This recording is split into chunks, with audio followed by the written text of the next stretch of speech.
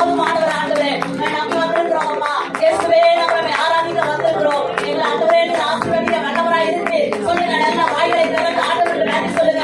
எத்தனையோ நன்மைகளை நம்முடைய வாழ்க்கையில செய்திருந்தாரு. அதை நினைத்து நாம் நன்றி ஸ்தோத்திரம் பண்ணுவோம். எத்தனையோ விதத்திலே நமக்கு எத்தனை ஆபத்துகள் துன்பங்கள் வந்தது. ஆனால் எல்லாத்திலும் கர்த்தர் நம்மை விடுதலையாக்கி இருக்கிறார். அதுக்காக ஆண்டவரே உமக்கு நன்றி என்று சொல்லுவோம். ஹல்லேலூயா, ஹல்லேலூயா. எத்தனை இன்னல்கள் என் வாழ்வில் வந்தாலும் உம்மை பிரியேன் ஐயா. எத்தனை இன்னல்கள் என் வாழ்வில் வந்தாலும் உம்மை பிரியேன் ஐயா. ரத்தமே சிந்தி சாட்சியாய் வாழ்வேன். நிச்சயம் நிச்சயமே. ரத்தமே சிந்தி சாட்சியாய் வாழ்வேன். நிச்சயம் நிச்சயமே. ரட்சகரே, ரட்சகரே,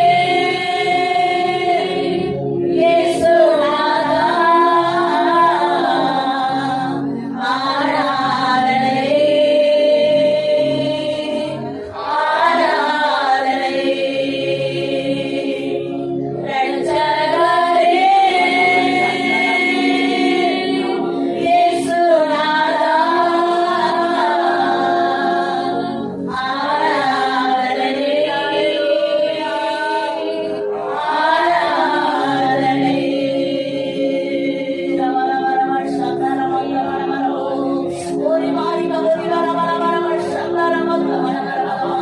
ஹல்லேலூயா. நன்றி ஆவியானவரே, நன்றி நன்றி நன்றி நன்றி.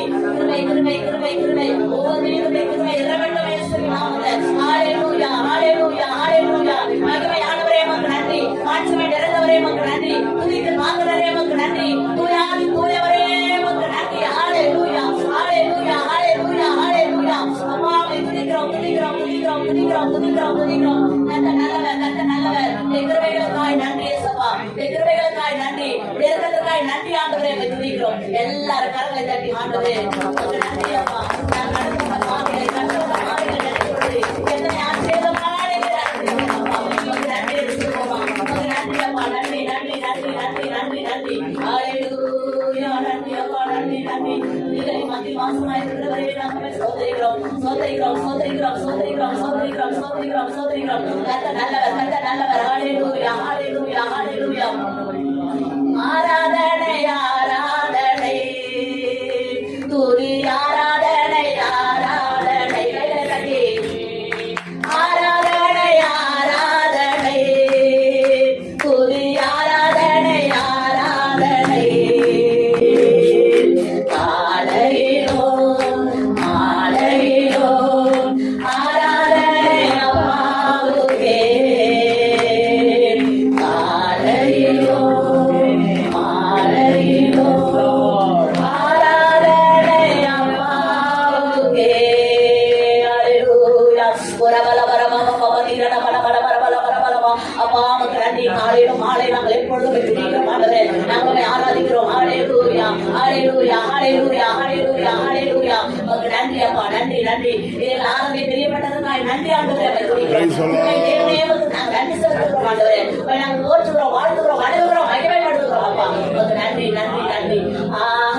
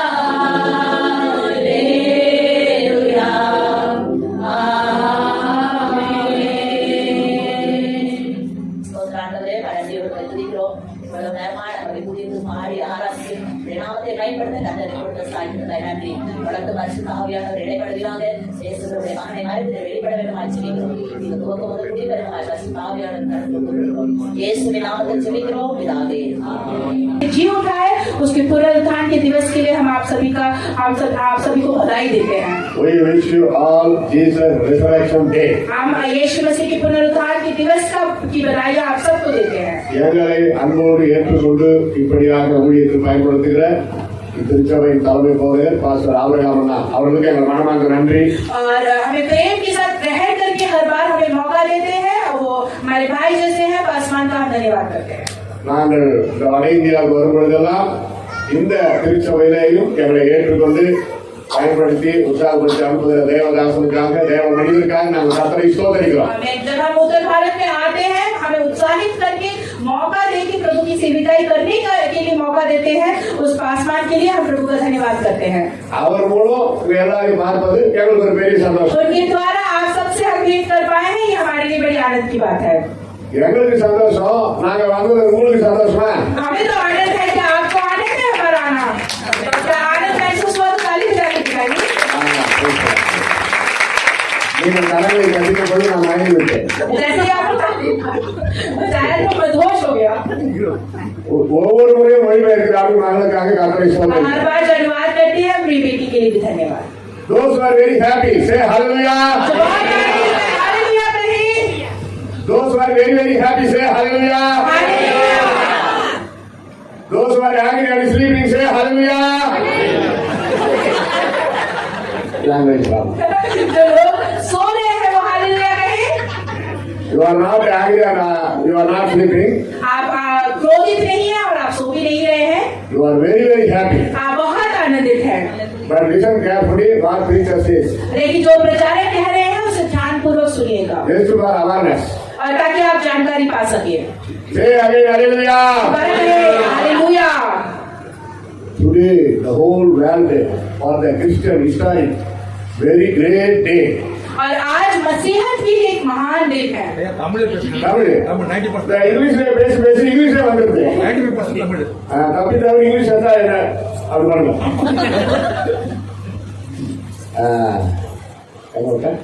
உலகம் முழுதும் உலகம் முழுசும் இன்றைக்கு ஒரு விசேஷித்த நாள்। और संसार भर के लिए आज एक विशेष दिन है। என்ன நாள் இன்றைக்கு தெரியுமா? क्या कौन सा दिन है आज आप जानते हैं?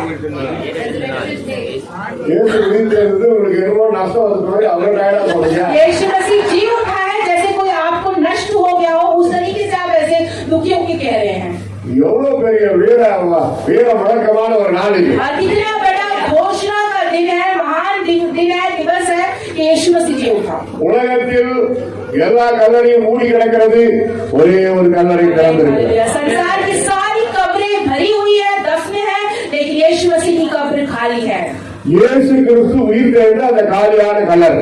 यीशु मसीह जी उठा, वो एक खाली कब्र है। உங்ககிட்ட பணம் இருந்தா 1 லட்சம் ரூபாய் ஏற பாருங்க, இயேசு உயிர்த்தெழுந்த அந்த காலியான கல்லறை இஸ்ரேல் தேசத்துக்கு நீங்க போய் பார்த்துட்டு வரலாம்। अगर आपके पास 1.5 लाख रुपए है तो आप जो यीशु मसीह जी उठा है उसकी खाली कब्र आज भी इजराइल में जाके देख सकते हैं। இங்க ஆள் இருக்குது சாட்சி பேசுற அங்க போய் எல்லாம் போறீங்க, நாங்க போறீங்க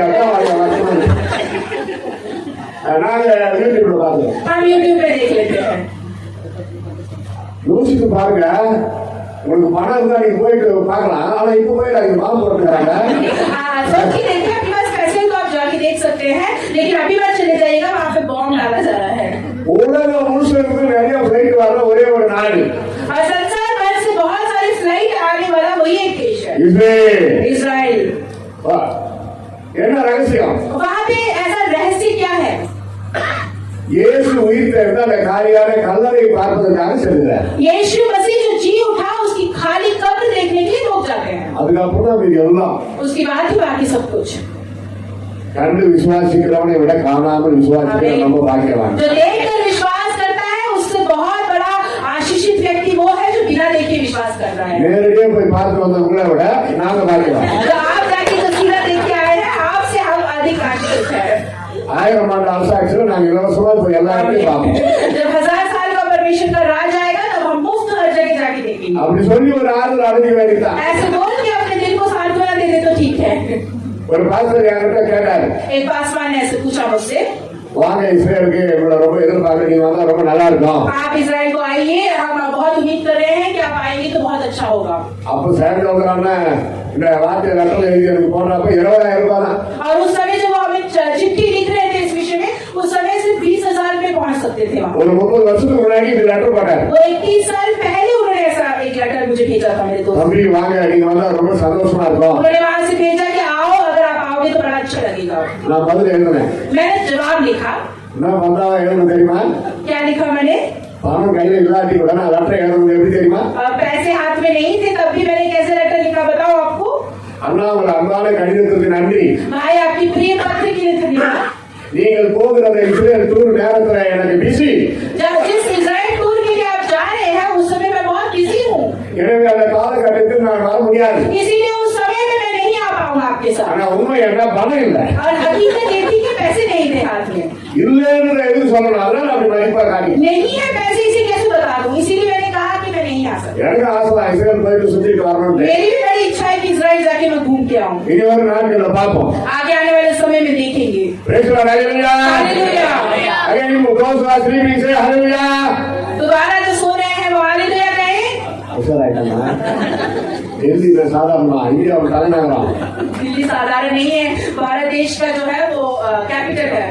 இந்தியாவுக்கே தலைநகரம் எங்கு பயங்கர பொல்யூஷன் இருக்குது கொஞ்சம் பிரதமருக்கு சொல்லலாம். भारत देश का कैपिटल है लेकिन इतना प्रदूषण क्यों है यहाँ पे? जरा आप अपने प्राइम मिनिस्टर से कहिए। டெல்லிக்கு வந்தாலே என் மனைவி இருளே வரும். जब दिल्ली आती है मेरी पत्नी तभी उसको खांसी शुरू हो जाती ஒரு மாசம் இந்தியா வட இந்தியா ஃபுல்லா சுத்துறோம். எங்க சண்டிகர் வரைக்கும் போயிட்டு வரோம். है। एक महीने हम पूरा उत्तर भारत घूमते हैं, चंडीगढ़ वगैरह सब जगह घूम के आते हैं। அங்கெல்லாம் நல்லா சுகமா இருப்பாங்க. वहाँ सब वो बड़े अच्छी रहती हैं। டெல்லியில வந்து இறங்கி ஆட்டோ பிடிச்சி வந்து சேர்றேன். दिल्ली में उतर के ऑटो पकड़ के पहुंचने तक பொல்யூஷனை கண்ணு முன்னாடியே பார்க்கலாம். पोल्यूशन का आप आंखों के सामने देख सकते हैं। அப்படி இருக்குது. ऐसा है यहाँ पे। இதை ஒழிச்சு கட்ட ஒரு வழி பண்ணுங்க. इसको दूर भगाने के लिए आप कोई मार्ग निकाले आप लोग। அது ஒழிஞ்சாலும் ஒழியா காட்டணும் ஒழியா காட்டி நாங்க எப்போ வருவோம். वो जाए या ना जाए फिर भी हम हमेशा दिल्ली आएंगे। ஓகே ஒரு விசேஷ செய்தி ரத்தன சுருக்கமா சொல்லி முடிக்கிறேன். एक विशेष उपदेश है, उसे मैं जल्दी में संक्षेप में सुनाऊंगा आपको। வெளிப்படுத்தின விசேஷம் प्रकाशित वाक्य 1ஆம் அதிகாரம் पहला अध्याय 18வது வசனம். 18 वचन। I died but I am living everlasting life. மரித்தேன் ஆனாலும் இன்னும் சதா காலங்களில் நான் உயிரோடு இருக்கிறேன். और यीशु मसीह यहाँ पे कहता है कि देखो मैं मर गया लेकिन मैं सदैव जिंदा हूँ। மனுக்குலத்தின் பாவத்திற்காக மனுக்குலத்தை ரட்சிக்க பரலோகத்திலிருந்து இயேசு இந்த பூமிக்கு வந்தார் ஒரு ஏழ்மை கோலமாய் குழந்தையாக. और मनुष्य जाति के उद्धार के लिए यीशु मसीह एक गरीब परिवार में मनुष्य बन के जन्मा। இதுதான் முதல் நற்செய்தி. और यही पहला सुसमाचार है। என்னது? क्या? லூக்கா 2:10-12 படிக்கிறோம். और लूका 2:10-11 में हम पढ़ सकते हैं इस विषय में। தேவனார் பயப்படாதீர்கள். मत डरो, உங்கள் எல்லாருக்கும் சந்தோஷமான ஒரு செய்தி. तुम सबके लिए एक शुभ संदेश है இயேசு பாலகனாக பிறந்திருக்கிறார். कि यीशु मसीह बालक स्वरूप पैदा हुआ है। அந்த ரெண்டு சொல்றாரு தேவதூதன். वहाँ पे 2 कार्य स्वर्गदूत बताते हैं பயப்படாதீர்கள். कि मत डरो, உங்களுக்கு சந்தோஷமான செய்தி. कि तुम्हारे लिए एक शुभ संदेश है। எப்போ இயேசு பிறந்தாரோ பயம் போனது. जब यीशु मसीह पैदा हुआ तो भय चला गया, சந்தோஷம் உண்டானது. आनंद पैदा हुआ वहाँ पे। இரண்டாவது நற்செய்தி और दूसरा शुभ संदेश கலாத்தியர் 3:13 படிக்கிறோம். गलातियों की पत्री 3:13 में हम पढ़ते हैं। மரத்திலே தூக்கப்பட்ட சபிக்கப்பட்டவன் என்று எழுதியிருக்கிறபடி இயேசு நம் சாபத்தை சிலுவையிலே ஏற்றுக்கொண்டார். लकड़ी पे जो लटका है वो श्रापित होगा ऐसे कहकर यीशु मसीह हमारे पाप के लिए क्रूस पे लटक गया।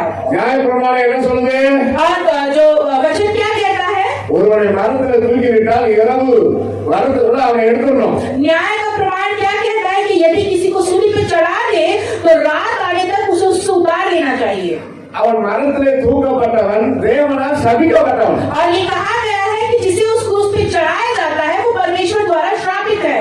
யோசித்து பாருங்க, நமக்காக இயேசு தேவனால் சாபத்தை பெற்றுக்கொண்டு சிலுவையிலே தொங்கினார். सोच के देखिए, हमारे लिए यीशु मसीह पिता के द्वारा श्रापित होकर उस क्रूस पे लटकाया गया।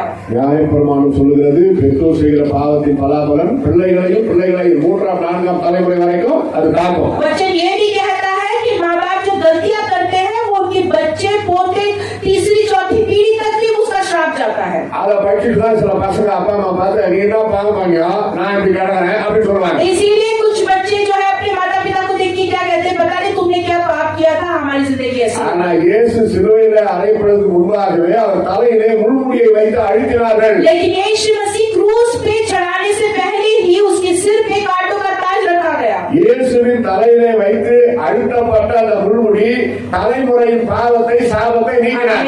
यीशु मसीह के सिर में जो कांटों का ताज रखा गया था, जो हमारे जीवन में अधर्म के श्राप जो हमारे सिर में आ पड़े हैं, उस सब की परिहार के लिए वो कांटों का ताज रखा गया था। வரலாறு சொல்லுகிறது அந்த முள்ளு பருசு செடின்னு சொல்லுவாங்க.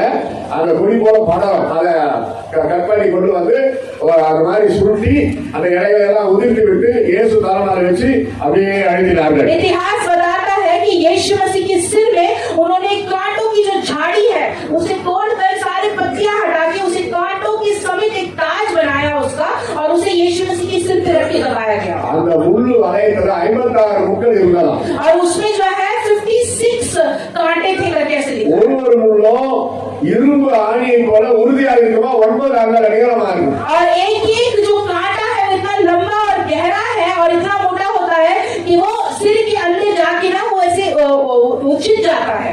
ஒரு முள்ளு கூட வளையா இப்ப கூட பாதுகாப்பா வச்சிருக்காங்க. और आज एक भी जो उसका उसमें जो कांटा था वो एक भी टूटा नहीं, वो वैसे ही जो है उसके सिर पे रखा गया, तो उसे आज भी रखा गया है। அத்தனை முள்ளு இயேசு தலையில வைத்து அழுத்திய பொழுது முள்ளு ஃபுல்லா தலைக்குள்ள இறங்கிருக்கு. और देखिए जब उस कांटों में ताज को यीशु के सिर पे रख के दबाया गया तो कांटे जो है उसके सिर में छिद गए।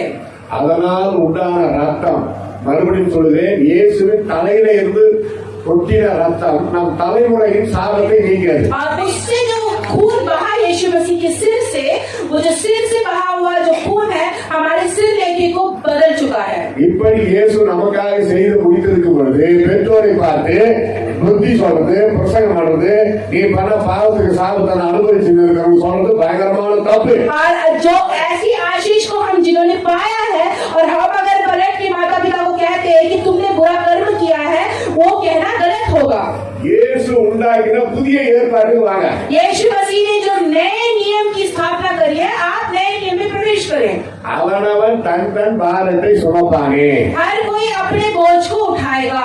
வெளிப்படுத்தல் கடைசி அதிகாரத்தில் சொல்றாரு, அவனவன் கிரியைக்கு நான் அளிக்கும் பலன் என்னோட கூட. அவனவன் அப்பா அம்மா பண்ற கிரியைக்கு பசங்களுக்கு அப்படி கிடையாது. அவனவன் கிரியைக்கு அவனோட தான். बाइबल कहती है कि जो जिसकी जैसी जैसी क्रिया है उस हिसाब से, माँ बाप की किए गए क्रिया या लेखे के हिसाब से नहीं, खुद जो आपने क्रिया लेखा किया है उसके हिसाब से। இது ரொம்ப தியாகமான ஒரு நற்செய்தி. और ये एक त्याग भरा सुसमाचार है। மூன்றாவது என்ன? और तीसरा कार्य क्या था? இங்கதான் நம்ம நிக்கிறோம்.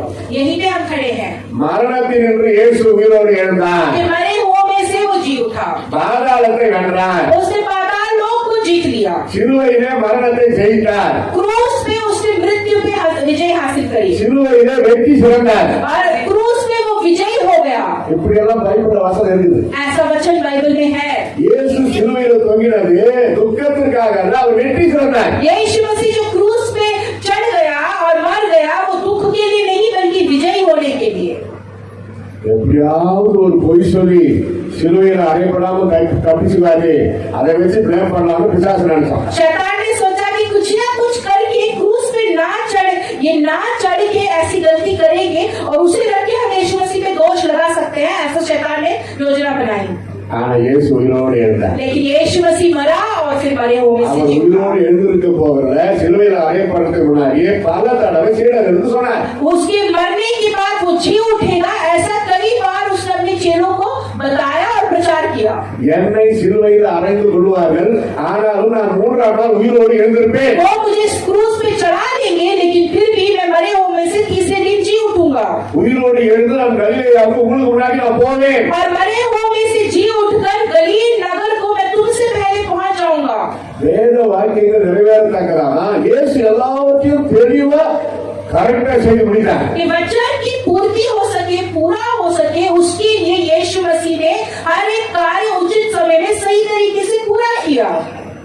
உலகம் முழுசும் கர்த்தருடைய பிள்ளைகள் இயேசுவை மறுதலிக்காம எதற்காக இயேசுக்காக ரத்த சாட்சியாக மறிக்கிறார்கள் தெரியுமா? संसार भर के प्रभु के सेवक जो है, दास लोग, मसीही लोग क्यों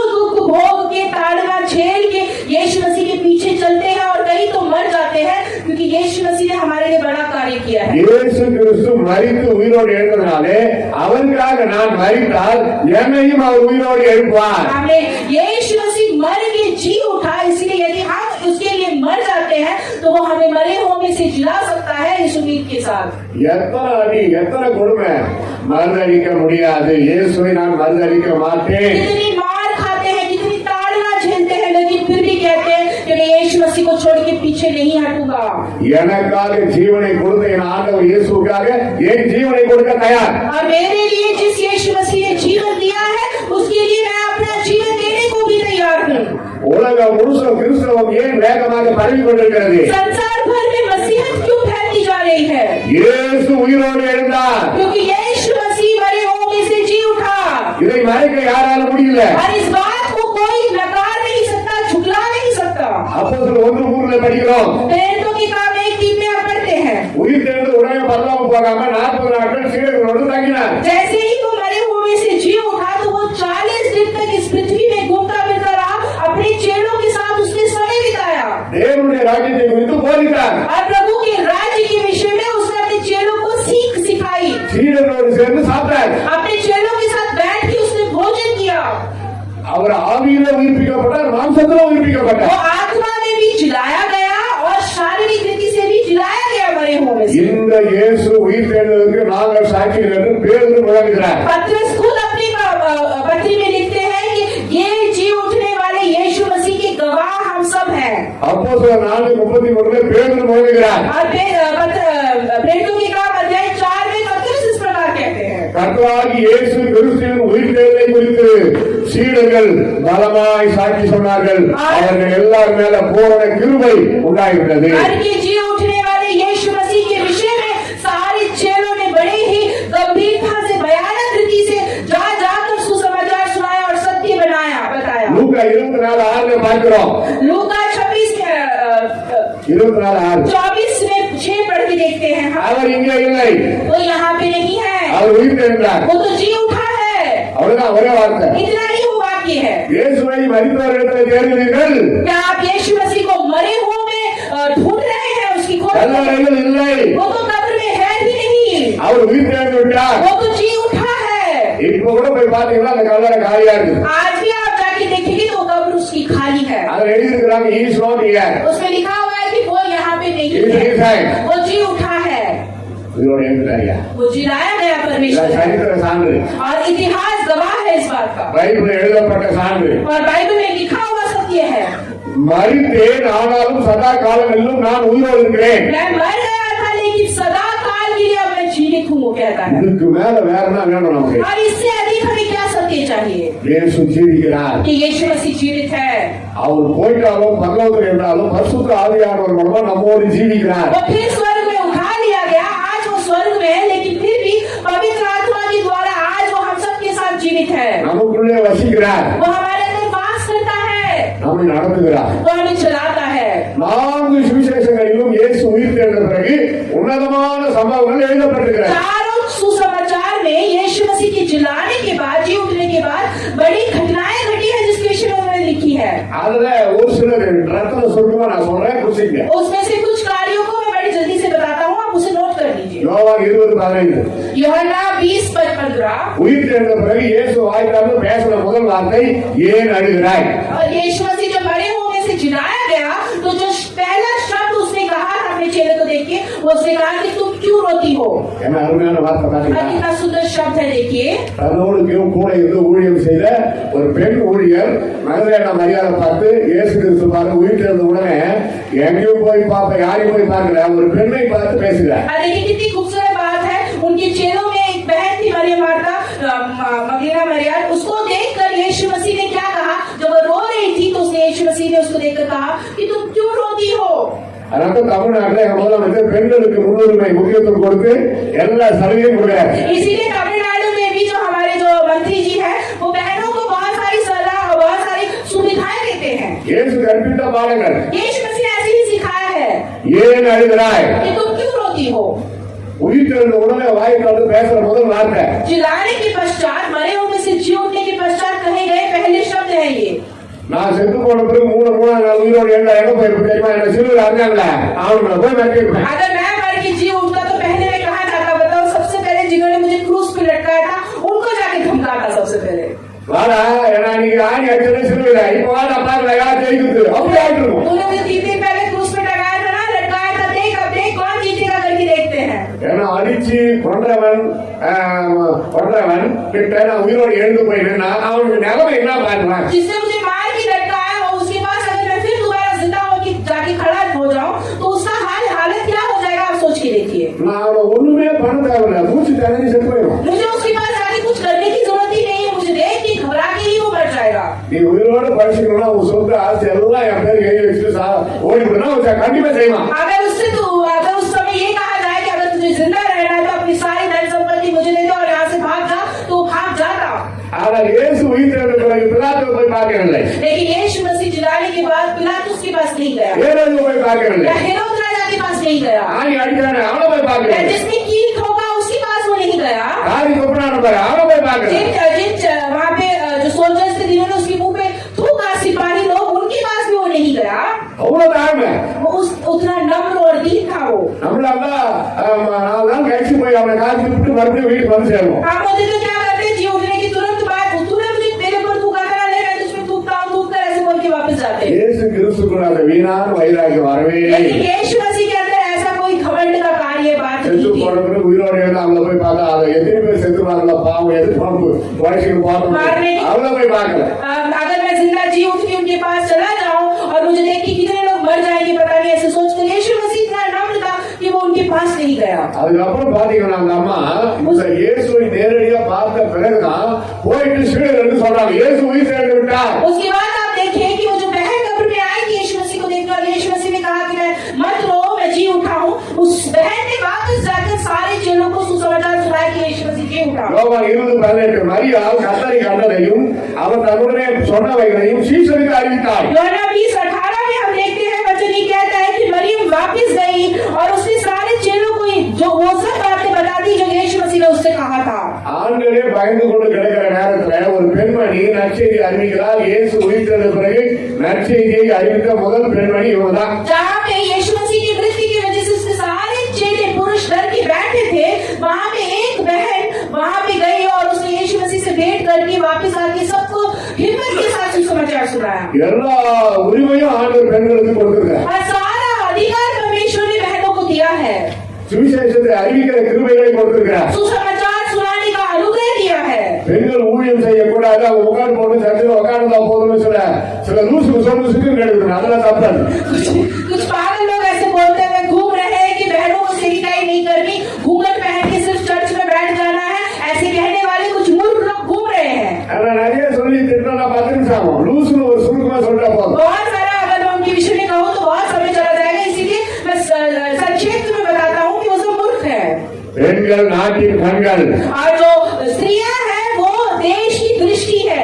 உயிர்த்தெழுந்த இயேசுவை தன் கண்களால் கண்ட மரியாள் அந்த நற்செய்தியை எல்லாருக்கும் முக்கியமா சீடர்களுக்கு போய் அறிவித்தார். मरियम जो जी उठने वाले यीशु मसीह को जिसने पहले भेंट करी, उस बहन ने हिम्मत के साथ जाकर लोगों को सुसमाचार सुनाया। மனைவி கிருபை வரம் கர்த்தர் கொடுத்தா பயன்படுத்துங்க. भाइयों अगर आपकी पत्नी के पास अनुग्रह और वर है, परमेश्वर ने उन्हें वो तोहफे दिए हैं तो उसका इस्तेमाल करिए। ஒரு அன்பு சகோதரிகள் வந்து பைபிள் வச்சிருக்காங்க பேசிட்டு போனாங்க. நான் யோசிச்சு பிரசங்க வார இருக்குது.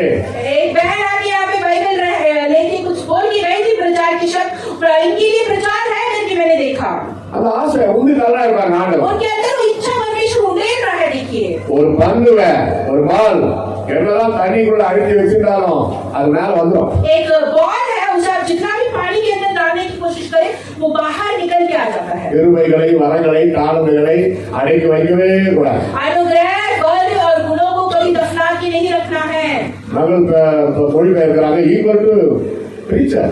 और बहन अनुवाद कर रही है, वो एक प्रचारक की तुल्य है। அத்தனை பேசுகிறார். परमेश्वर ने ऐसे उन्हें रखा है। இயேசு உயிர்த்தெழுந்ததிலே நடந்த உன்னத சம்பவம், यीशु मसीह जिलाए उठने में से उस समय जो घटना घटी थी उसमें से एक सत्य घटना है ये। ஏன் அழுகிறாய்? और उसने कहा कि ये तुम क्यों रोती हो।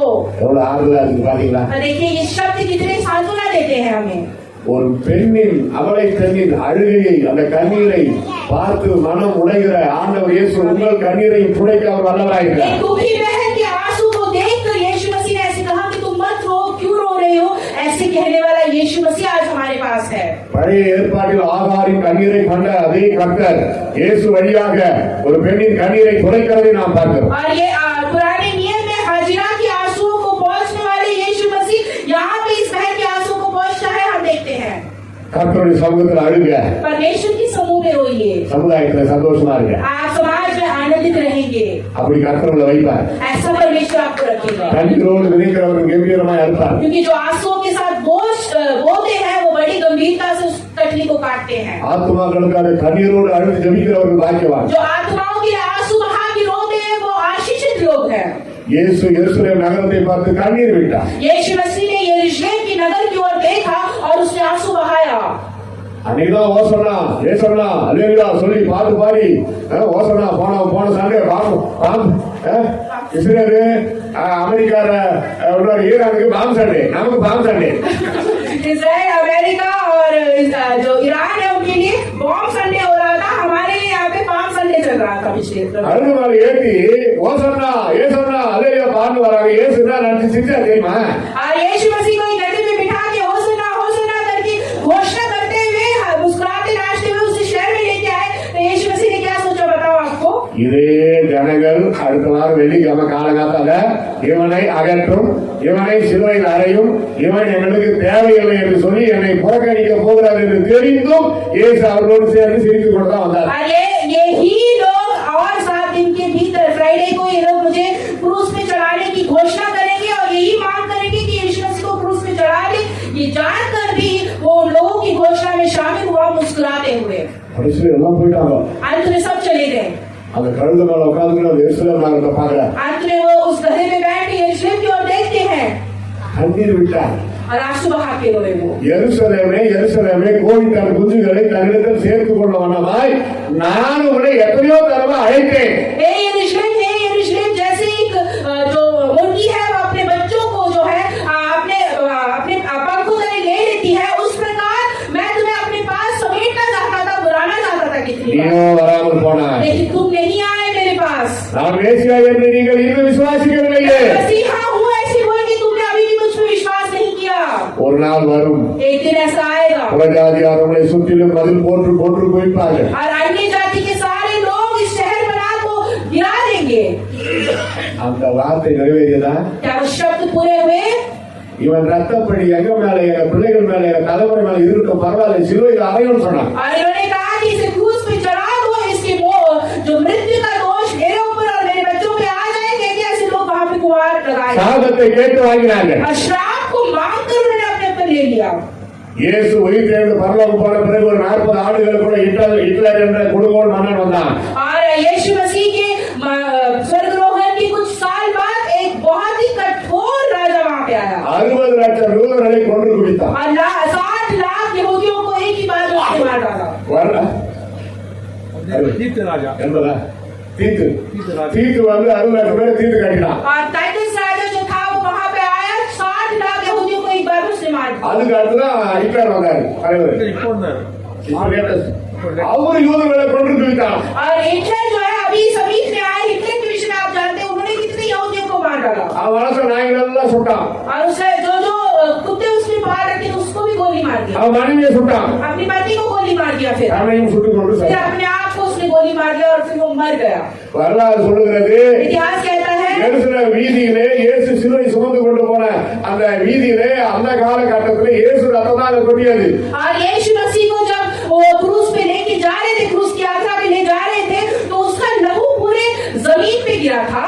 ஆனால் இந்த கொடுங்கோல் ஆட்சியாளர்கள் காலத்திலே முழங்கால் அளவு ரத்த ஆறு ஓடியதாக சரித்திரம். और कहते हैं, लेकिन इतिहास कहता है कि ये जो कठोर राजाओं के शासन के समय में यहूदियों का लहू इतना बहा कि घुटने तक लहू बहता था। யூத குழந்தைகள் சோத்திலே மோதி அடிக்கப்பட்டார்கள். यहूदी बच्चों को दीवार में पटक के मारा गया था। இஸ்ரவேலர் சிதறடிக்கப்பட்டார்கள். इजराइल के लोगों को यहाँ वहाँ बिखेर दिया गया था।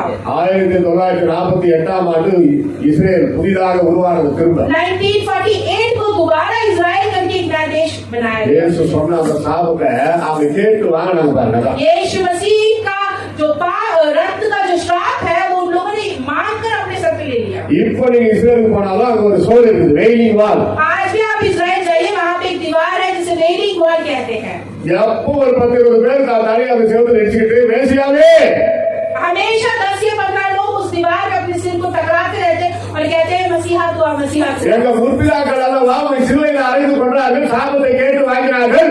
और मेरे जो पूर्वज हैं उन्होंने क्रूस पे तुझे टंगा दिया और श्राप को ले लिया अपने सिर के ऊपर। யூதர்களே பிறந்த எங்கள் ஆண்டவர் இயேசுவை புரியாதி ராஜாவிற்கு ஒப்பு கொடுத்தார்கள். और यहूदी कुल में पैदा होने वाले यीशु मसीह को अन्य राजाओं के हाथ में सौंप दिया। அவர்கள் செய்த பாவத்தின் சாபத்தை நாங்கள் அனுபவித்துக் கொண்டிருக்கிறோம். उनके पाप और श्राप को हम अभी भी अनुभव कर रहे हैं, ஏன்னா அவங்களுக்கு அந்த நியாய பிரமாணம் தான் தெரியும். क्योंकि उनको न्याय को प्रमाण ही पता है। இயேசுவின் கட்டளையை அலட்சியம் பண்ணிவிட்டார். यीशु मसीह के आदेशों को उन्होंने तुच्छ माना। புதிய ஏற்பாடு அவங்களுக்கு பைபிள் கிடையாது நீ வைக்கும். आज भी नया नियम उनके लिए बाइबल नहीं है, பழைய ஏற்பாடு தான். पुराना नियम ही है। அதனால அதான் சொல்லி அழறாங்க. वही वो वहाँ पे उसे दोहराते हैं और रोते हैं उसके बाद। நமக்கு என்ன?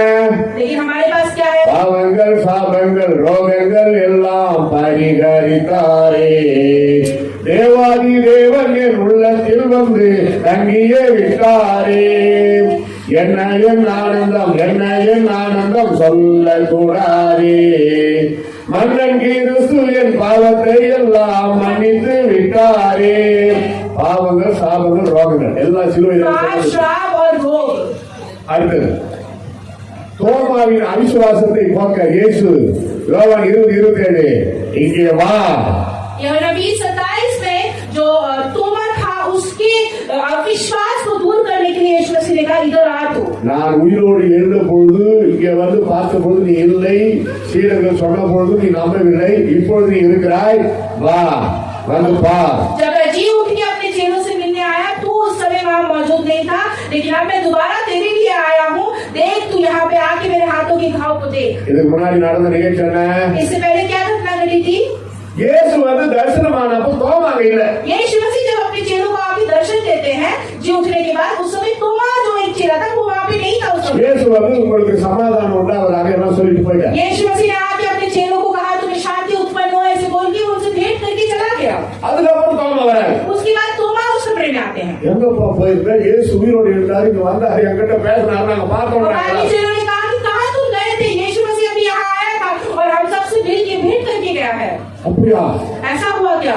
சரி அடுத்த முறை வந்தா நான் பாக்குறேன் அப்படி சொல்லலாம். और उन्होंने ऐसे नहीं कहा कि अच्छा ठीक है अगली बार आएंगे तो मैं मिल लूंगा करके। நான் நம்பவே மாட்டேன். उन्होंने कहा मैं विश्वास ही नहीं करता इसमें। அவரை நான் கண்களால் பார்த்து जब तक मैं अपनी आंखों से उसे ना देखूं, அவர் கரங்களிலே கால்களிலே விழாவில் இருக்கிற காயத்தை பார்த்து அதை தொட்டாலுமே நான் நம்ப மாட்டேன். उसके हाथों के और पैरों के घाव को जब तक मैं छू के ना देख लूं तब तक मैं विश्वास नहीं करूंगा। இப்படி சொல்லி முடிக்கிறார் இயேசு உள்ள வந்தார். ऐसे बोल के अपने वाक्य को समाप्त करता है, वो बंद करता है, उसी समय यीशु मसीह आता है உங்களுக்கு சமாதானம் உண்டாவதாக कि तुम्हें शांति उत्पन्न हो। சொல்லி அடுத்த செகண்ட் தோமாவை பாக்குறேன். और फिर वो तोमा को देखते हैं எப்படி இருக்கா அவருக்கு? और कैसा लगा होगा उन्हें। தோமா இங்க வாப்பா, तोमा तुम इधर आओ, ऐसे बोलते हैं। தொட்டு பாரு. छू के देखो मेरे घाव को, मैं ही हूँ यीशु मसीह। ஆமாம் ஆண்டவனே தேவனே இயேசு கால் விழுந்தார். और वो मेरे है परमेश्वर मेरे गुरु करके उसके पैर में गिर गया वो। இயேசு தூக்கி நிற்க வைத்தார். और यीशु मसीह ने उसे खड़ा किया அவிசுவாசியா இராதே, कि तू अविश्वासी न बन, விசுவாசியா இரு. विश्वास कर मुझ पे।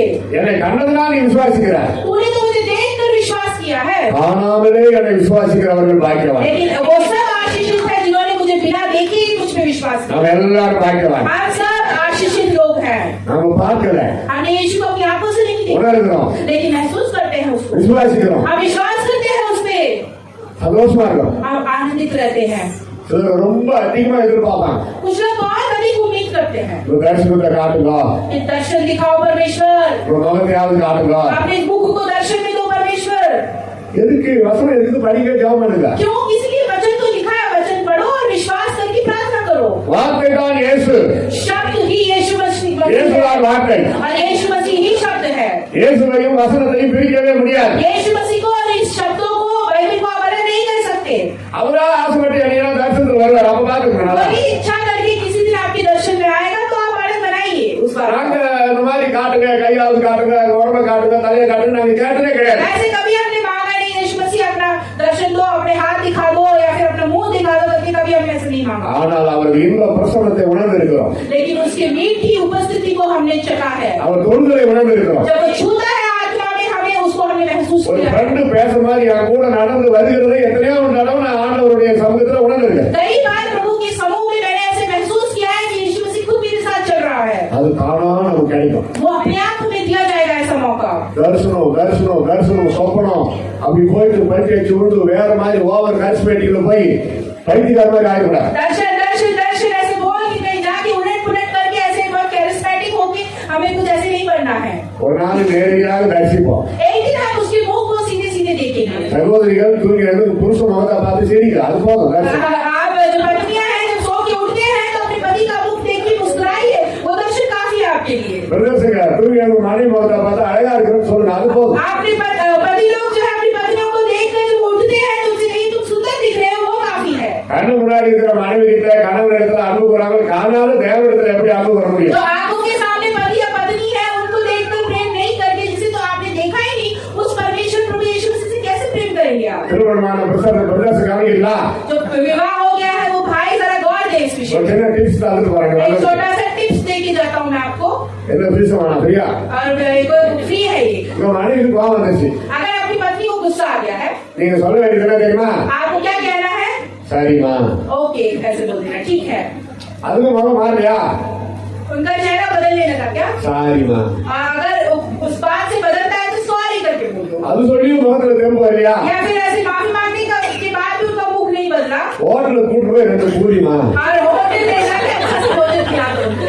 அதையும் திரும்பிட்டு மூஞ்சி உள்ள மாறலையா? उससे भी शक्ल नहीं बदली கவனி கடி கூட்டு போய் ரெண்டு சாரி और दुकान में जाके वो साड़ी खिला दो उनको. Problem solve. वो प्रॉब्लम सॉल्व हो जाएगा. Simple thing but very important. ये बहुत सिंपल है लेकिन बहुत ही विशेष है. காலையில மாலையில கணவன் மனைவி குடும்ப ஜெபம் பண்ணாவே போதும். और सुबह और शाम को पति पत्नी पारिवारिक प्रार्थना करे वही काफी है. எங்க அப்பா அம்மா ரொம்ப அன்பானவர்கள், मेरे माता पिता बहुत प्रिय लोग எங்க அப்பா हैं. அம்மா ஜெபிக்கிறார்கள், मेरे माता पिता बहुत प्रार्थना करते हैं. எங்க அப்பா அம்மா ரொம்ப காமெடி தமாஷா இருப்பார்கள், मेरे माता पिता बहुत हंसमुख है, हंसते रहते हैं. எங்க அப்பா அம்மா நல்லா எங்களுக்கு புத்தி சொல்வார்கள், और मेरे माता पिता अच्छी बुद्धि सिखाते हैं. எங்க அப்பா அம்மா எங்களை ஆலயத்துக்கு கொண்டு போவார்கள். हमारे माता पिता हमें कलीसिया लेके जाते हैं. கர்த்தரே எங்களுக்கு ஒரு நல்ல அப்பா அம்மா கொடுத்திருக்கிறார் परमेश्वर ने हमें एक अच्छा माता पिता दिया है. என்று உங்கள் பிள்ளைகள் உங்களை குறித்து சாட்சி சொல்லும் அளவுக்கு உங்கள் வாழ்க்கை இருக்க வேண்டும். और आपके बच्चे आपके विषय में गवाही देने जैसे आपका जीवन होना चाहिए. பிள்ளைகளுக்கு சண்டை, வாலிப பிள்ளைகளுக்கு அசிங்கமா பேசிக்கிட்டு சண்டை, பாதிக்கிற சண்டை, இதெல்லாம் எவ்வளவு பெரிய பாவம் தெரியுமா? और जवान बच्चों के सामने ऐसी ऐसी बातें करके और बहुत ही ये सब ठीक नहीं है. பசங்கிட்டு அப்பா பத்தி கேவலமா என்ன காட்டுறதுக்கு முன்னாடி அப்பா அந்த பொம்பளை வச்சிருந்தாரு, இது பசங்க கிட்ட தேவையா? और बच्चों से ऐसी बातें करना क्या जरूरी है कि विवाह से पहले तुम्हारे पिता ऐसे थे करके? அதுக்கப்புறம் பிள்ளைகள் அப்பாவை மதிப்பாங்களா? क्या उसके बाद बच्चे पिता का आदर करेंगे? இயேசு கிறிஸ்து விபச்சாரத்துல கையை மையமா பிடிக்கப்பட்ட அந்த ஸ்திரியை மன்னித்து அனுப்பினார். இனி பாவம் செய்யாதுன்னு சொல்லி அனுப்பினார். यीशु मसीह ने जो है व्यभिचार में पड़े हुए उस स्त्री को ही दोष न लगाए बिना उसे माफी देके भेज दिया. மன்னிக்கணும், அப்பதான் நம்ம குடும்பத்துல ஒற்றுமை வாழ முடியும். आपको क्षमा करना है तभी आप परिवार में आनंद के साथ जी सकते हैं. குறைகள் வரும், தவறுகள் நேரிடும், அதை நியாய தீர்ப்புல வரைக்கும் நம்ம கொண்டாடக்கூடாது, நம்ம அதை மன்னிக்கணும். और कमियां आती है, उस ऐसी समस्या आती है, लेकिन उसको न्याय करने के लिए आपको नहीं बैठना है, उसे क्षमा करके भूल जाना है. அடுத்தது யோவான் 21:5. यूहन्ना 21:5. இது எல்லாம் இயேசு உயிர்த்தெழுந்த பிறகு நடந்த உன்னதமான காரியங்கள். ये सब यीशु मसीह की जिलाने के बाद होने वाले विशेष कार्य हैं. பிள்ளைகளே புசிக்கிறதற்கு ஏதாவது உண்டா என்று இயேசு கேட்டார். यीशु मसीह ने उनको देख के पूछा, बच्चों तुम्हारे पास खाने के लिए कुछ है क्या? ஒன்றுமில்லை. कुछ भी नहीं है. அதான் தெளிவா சொல்றாங்க சீடர்கள், ஒன்றுமில்லை. चेलों ने बोल दिया कि हमारे पास कुछ भी नहीं है. 5ஆம் வசனத்துல ஒன்றுமில்லை. और 5वें वचन में कुछ भी नहीं है ऐसे उन्होंने कहा. 6ஆம் வசனம் திரளான மீன்கள் வலையில் கிரியத்தக்கதாக பிடித்தார். और वचन 6 में इतनी मछलियां उन्होंने पकड़ी कि जाल भी फटने लगा था. உங்கள் குறைவுகளை நிறைவாக்க இயேசு எம்பெருமான் உயிர்த்தெழுந்தார். आपकी खालियों की पूर्ति करने के लिए यीशु मसीह जी उठा है. வீட்டிலே ஒன்றுமில்லை, घर में कुछ नहीं है, பேங்க் அக்கௌண்ட்லே ஒன்றுமில்லை, बैंक अकाउंट में कुछ नहीं है, அடுத்தது சாப்பாட்டுக்கு அரிசி இல்லை, और खाने के लिए चावल नहीं है, முக்கியமா இப்ப கேஸ் இல்லை, अब गैस नहीं है, மோட்டார் சைக்கிள் ஓட்டுறதுக்கு பெட்ரோல் இல்லை, मोटरसाइकिल चलाना है पेट्रोल नहीं है, ஒன்றுமில்லை. कुछ भी नहीं है. இல்லை இல்லை இல்லை என்கிற நிலைமைகள் மாறி அந்த வலை கிழியத்தக்கதாக அந்த நேரத்தில் இயேசு அற்புதம் செய்தார். कुछ नहीं है कहने वाली परिस्थिति बदल के जाल भी टूट जाए, इस हिसाब से जो है मछली पकड़ने का अनुग्रह परमेश्वर करता है. இப்படிப்பட்ட அற்புதங்கள் நம்ம வாழ்க்கையில ஒன்றுமில்லாத சூழ்நிலையில நமக்கு சாப்பாடு கொடுத்து வராரு, சந்தோஷமா காப்பாற்றுறாரு, எவ்வளவு பெரிய சந்தோஷம். ऐसे जीवन में जहाँ भी कमियां ही कमी है, उस जीवन में भी हमें भोजन से तृप्त करके, जरूरत को तृप्त करके चलाने वाला परमेश्वर कितना आशीष चित्र देखिए। கொரோனாவில் எவ்வளவு பேர் போயிட்டாங்க தெரியுமா? कोरोना में कितने लोग चले गए आप जानते हैं? பிஷப், பாஸ்டர், எவாஞ்சலிஸ்ட், ரெவரண்ட் எவ்வளவு பேர் बिशप, पास्टर, एवेंजलिस्ट, कितने लोग चले गए। பரலோகத்துல கொரோனா மூலமா வந்து சேர்ந்தவங்களே ஒரு தனி டீம் வச்சுட்டாங்க. स्वर्ग में कोरोना से आने वाली ही एक अलग टीम होगी। இனி வரும் சந்ததி பக்தர்கள் பரிசுத்தவான்கள் வந்தா நம்மளை பார்த்தாவே தெரிஞ்சுக்கிட்டாங்க கொரோனா பக்தர்கள். इसके बाद आने वाली पीढ़ी आएगी और देखेगी तो देखते समझ जाएगी ये सब कोरोना से आए हुए लोग हैं। ஆனா நமக்கு வரல. लेकिन हमें नहीं आया। ஒரு சிலருக்கு வந்தது ஆனா மறிக்கல. और हम लोगों को आया लेकिन हम मरे नहीं। மரணம் தருவாய் போயிட்டு மறுபடியும் வந்துட்டோம். मरने की चौखट तक जाके वापस आ गए हम लोग। அந்த ஊழியக்காரங்க அந்த பரிசுத்தவான்கள் நம்ம பாவிகளா? நம்ம அவங்களோட ஒஸ்தியா? क्या वो जो धर्मी लोग थे, जो आसमान वगैरह लोग जो चले गए, क्या वो पापी थे? हम उनसे बेहतर है क्या? அவர்களை அவர் ராஜ்யத்துக்கு எடுத்துக்கொண்டார், நம்மை விட்டு வைத்திருக்கிறார். उन लोगों को प्रभु ने यीशु मसीह ने अपने राज्य की लिए उठा लिया और हमें अभी छोड़ा हुआ है यहाँ पे। ஏன் தெரியுமா? क्यों? किस लिए? உங்களிடத்திலிருந்து ஏதோ ஒன்றை ஆண்டவர் திருச்சபை மூலமா எதிர்பார்க்கிறார். क्योंकि आपसे परमेश्वर किसी न किसी कार्य की उम्मीद कर रहा है। कलीसिया की உங்கள் தாழ்வுகளை எதிர்பார்க்கிறார். आपके गुणों की उम्मीद करता है। திருச்சபை வளர்ச்சிக்காக உங்க காணிக்கைகளை எதிர்பார்க்கிறார். कलीसिया की बढ़ोतरी के लिए आपकी भेंट की उम्मीद करता है। உங்களால் முடிந்த அளவு தேவ நாம மகிமைக்காக எதையாவது செய்ய அவர் விரும்புகிறார். और परमेश्वर की महिमा के लिए आपसे जितना संभव है उतना कुछ आप करें करके वो आपसे उम्मीद करता है। வட இந்தியா வந்து ஊழியம் செய்துட்டு போறது எங்களுக்கு கடினமான காரியம் தான். उत्तर भारत में आके सेविकाई करके जाना हमारे लिए कठिन कार्य है। ஆனா அதெல்லாம் முடிச்சுட்டு எங்க வீட்டுக்கு போனா ஒரு திருப்தியா மன மகிழ்ச்சியா நாங்க தூங்குவோம். लेकिन जब वो समाप्त हो जाता है उसके बाद जब हम वापस अपने घर जाते हैं तो हमारे हृदय में एक शांति उत्पन्न होती है। அடுத்த வருஷம் வேண்டாம் தங்கிடலாம், தமிழ்நாட்டிலே செய்யலாம், இல்ல வேற எங்கன்னா போலாம், சொந்தசால ஊழியம் போலாம்னு நினைப்போம். ஆனா ஆண்டவர் விட மாட்டார். अगले साल नहीं रहने तो हम कहीं और जाएंगे सेविकाई के लिए, पास के इलाके में सेविकाई करेंगे, लेकिन परमेश्वर हमें से छोड़ता नहीं है। ஆண்டவர் சொல்றாரு, சபாஷ், நல்லா சிறப்பா நல்லா செய்றீங்க, உங்க ஊழியத்துக்காக நான் சந்தோஷப்படுறேன்னு சொல்றேன். और परमेश्वर कहता है कि बिल्कुल सही, तुम अच्छी सेविकाई कर रही हो, तुम्हारे सेविकाई से मैं आनंदित होता हूँ, ऐसा मैं देख के कहता हूँ। ஆண்டவருக்காக எதையாவது செய்ய ஒப்பு கொடுங்க. परमेश्वर के लिए कुछ ना कुछ करने के लिए अपने आप को सौंपिए। தாராளமா கொடுங்க. अपने दीनता से मन की खुलावट से आप उसको भेंट चढ़ाइए। பாதிக்கப்பட்டவங்களை பார்த்து நாலு ஆறுதலான வார்த்தை பேசுங்க. जो दुखी लोग हैं उनको देख के सांत्वना दीजिए। அநேக காயங்களை ஆற்றினார் இயேசு, நம்ம அவங்க காயங்களை ஆற்றுகிற வார்த்தை பேசணும். बहुत लोगों के घाव को यीशु मसीह ने अपने शब्दों से ही भर दिया। हमें भी वैसे ही बातें करनी है कि दूसरों के चोटे हृदय को शांति पहुंचे। பெற்றோர் வயசான காலகட்டத்தில் அவங்க நல்லா கவனிக்க, அதுவே பெரிய माता ஊழியம். पिता अगर बुजुर्ग है तो उनकी अच्छी देखभाल करिए, वो खुद एक सेविकाई है। கர்த்தருடைய பிள்ளைகள் தங்கள் பெற்றோரை வயதான காலத்தில் ஹோம்ல போய் சேர்க்க மாட்டார்கள். और प्रभु के बच्चे लोग जो है अपने माता पिता को जब वो बुजुर्ग हो जाते हैं तो उनको ले जाकर वृद्धाश्रम में नहीं छोड़ते। கவனிக்க, வயதான காலத்துல அவங்க குழந்தை லைக் சைல்டு, குழந்தை மாதிரி. और जब उनकी आयु हो जाती है तो वो बच्चों के समान हो जाते हैं। உங்களை பெற்று வளர்த்து ஆளாக்கி எப்படி பண்ணாங்கிறது நீங்க அவனுக்கு செய்யறதா நீங்க அதுக்கு உணர்வீங்க. आपको उन्होंने पैदा करके कितना कुछ किया, जब आप बर्थडे में उनके लिए कुछ करते हैं तो वो उनके लिए आशीष हो जाता है। இந்த சேவைக்காகவே ஆண்டவருக்கு தனி ரெக்கார்டு அந்த பரவத்தில் வச்சு அதை பதிவு பண்றாரு. और इस सेवा के लिए ही परमेश्वर खुद आपके लिए अलग रिकॉर्ड स्वर्ग में उसको लिख के रखता है लेखे को। Can you say anybody what is the fifth commandment? ஐந்தாம் கட்டளை என்ன? और पांचवी आज्ञा जो है 10 आज्ञाओं में से कौन सी है पांचवी आज्ञा? கரெக்டா சொல்றாங்க சகோதரி சகோதரர். நல்லா கை தட்டுங்க, பேசலாம். ஹalleluya. கனம் பண்றீங்களா? கனமான கல்லத்துக்கு போறீங்களா? आदर कर रहे हैं या आदर से भरा हुआ बोझ उनके ऊपर डालते हैं? I put honour, I put heart stone above them. क्या आप ऑनर उन्हें कर रहे हैं या हार्ड स्टोन यानी पत्थर उनके ऊपर रख रहे हैं? படிச்சுனருமா ஒன்னும் வேலை கூட கிடைக்கல. அப்பா பாத்துட்டா நான் அவனுக்கு அடி தெரியுமா? ரெண்டு அடி தெரியும்ல? और पढ़ रहा होगा, अभी नौकरी में भी नहीं लगा होगा, तो पिता को देखिए बोलते कैसे तुम ही कर सकते हो, हम नहीं कर सकते। அப்பா அம்மாவை பார்த்து மறிக்கவே கூடாது. அப்பா அம்மா பார்த்து மறிக்கவே கூடாது. और माता पिता को देखिए गुस्सा नहीं करना। யோசித்து பாருங்க, பக்தியான ஒரு காரியம் அப்பா அம்மா கிட்ட கூட நம்ம காட்டணும். और वो भक्ति का कार्य माता पिता को भी हमें दिखाना है। வயசான காலத்துல அவங்க என்ன எதிர்பார்க்கறாங்க தெரியுமா? और जो बुजुर्ग आयु में वो क्या उम्मीद करते हैं? சாக போறதுக்கு முன்னாடி ரூபாய் நோட்டை எடுத்து காட்டினா அது சந்தோஷப்படுவாரா? मरने से पहले पैसे दिखाने से क्या उनको आनंद मिल जाएगा? உட்கார்ந்து 5 வார்த்தை பேசுங்க. और बैठ के 5 शब्द उनसे बात करें।